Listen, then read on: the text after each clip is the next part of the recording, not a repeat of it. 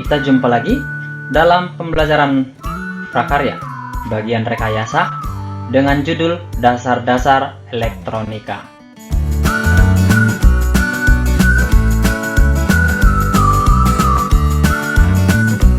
Sejarah elektronika.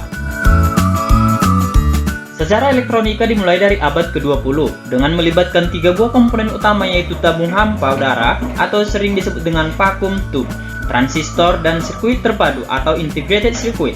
Pada tahun 1883, Thomas Alva Edison berhasil menemukan bahwa elektron bisa berpindah dari sebuah konduktor ke konduktor lainnya melewati ruang hampa.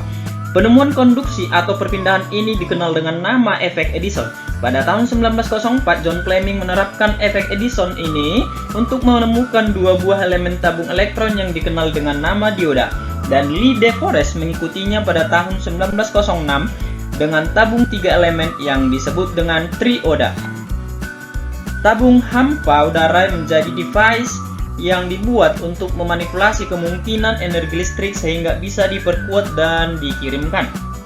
Aplikasi tabung elektron pertama diterapkan dalam bidang komunikasi radio. Guglielmo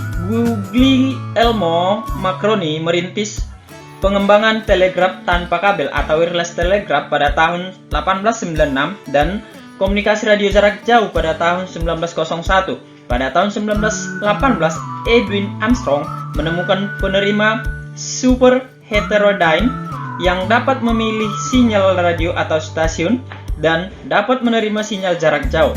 Armstrong juga menemukan modulasi frekuensi FM atau pita lebar atau sering disebut dengan wideband pada tahun 1935. Sebelumnya hanya menggunakan AM atau modulasi amplitudo. Pada rentang tahun 1920 sampai 1935, Bell Laboratories mengeluarkan televisi ke publik pada tahun 1927.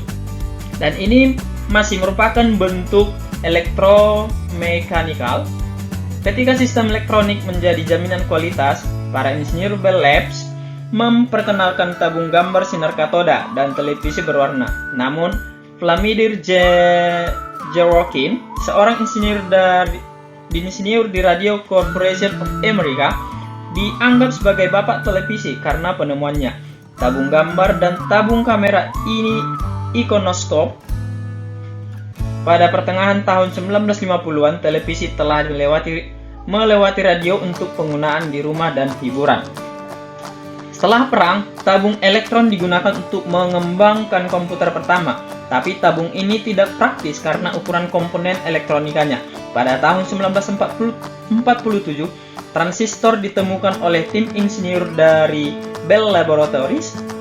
Fungsi transistor seperti tabung hampa udara, tapi memiliki ukuran yang lebih kecil, lebih ringan, konsumsi daya lebih kecil, dan lebih kuat, dan lebih murah untuk diproduksi dengan adanya kombinasi penghubung metalnya dan bahan semikonduktor.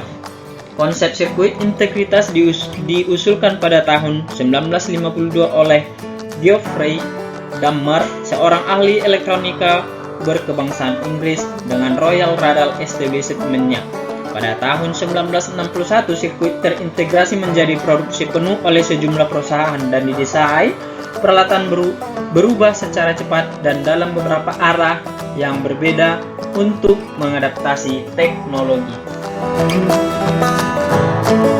Komponen elektronika dasar: 1. Transistor, 2. Dioda, 3. IC, dan komponen pasif seperti resistor, kapasitor, dan induktor.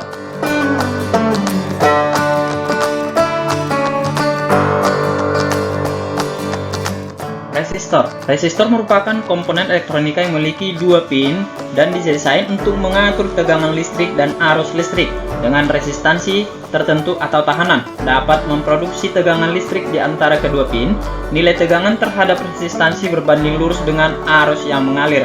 Resistor disebut juga dengan tahanan atau hambatan, berfungsi untuk menghambat arus listrik yang melewatinya. Satuan resistor adalah ohm. Kondensator atau kapasitor. Kondensator atau sering disebut dengan kapasitor adalah suatu alat yang dapat menyimpan energi di dalam medan listrik dengan cara mengumpulkan ketidakseimbangan internal dari muatan listrik. kondensator memiliki satuan yang disebut dengan farad dari nama Michael Faraday. Kondensator juga dikenal sebagai kapasitor, namun kata kondensator masih dipakai hingga saat ini. Pertama disebut oleh Alessandro Volta, seorang ilmuwan Italia pada tahun 1782, berkenaan dengan kemampuan alat untuk menyimpan suatu muatan listrik yang tinggi dibanding komponen lainnya. Kebanyakan bahasa dan negara yang tidak menggunakan bahasa Inggris masih mengacu pada perkataan bahasa Italia condensatore, bahasa Prancis condensateur, Indonesia dan Jerman kondensator atau Spanyol condensador. Namun kebiasaan dan kondisi serta artikulasi bahasa setiap negara tergantung pada masyarakat yang lebih sering menyebutkannya. Kini kebiasaan orang tersebut hanya menyebutkan salah satu nama yang paling dominan digunakan atau lebih sering didengar. Pada masa kini kondensator sering disebut dengan kapasitor ataupun sebaliknya, yang pada ilmu elektronika disingkat dengan huruf C. Simbolnya seperti di gambar pada tampilan ini, dan gambar wujud aslinya yang berkaki dua. Berikut ini adalah beberapa fungsi utama dari kapasitor. Secara umum ada 4. Berikutnya adalah induktor atau reaktor. Induktor adalah komponen listrik yang digunakan sebagai beban induktif. Silahkan dilihat gambarnya di sebelah kiri, ada gambar komponen aslinya, dan yang berupa per ini seperti per adalah gambar atau simbol di elektronika. Transformator atau trafo adalah alat yang memindahkan tenaga listrik antar dua rangkaian listrik atau lebih melalui induksi elektromagnetik. Transformator bekerja berdasarkan prinsip induksi elektromagnetik. Tegangan masukan bolak-balik yang membentangi primer menimbulkan flux magnet yang idealnya semua bersambung dengan lilitan sekunder. Flux bolak-balik ini menginduksikan gaya gerak listrik atau GGL dalam lilitan sekunder. Jika efisiensi sempurna, semua daya pada lilitan primer akan dilimpahkan ke lilitan sekunder. Gambarnya seperti di tampilan selanjutnya, ada simbol dan bentuk transformator atau trafonya. Sekian dan terima kasih.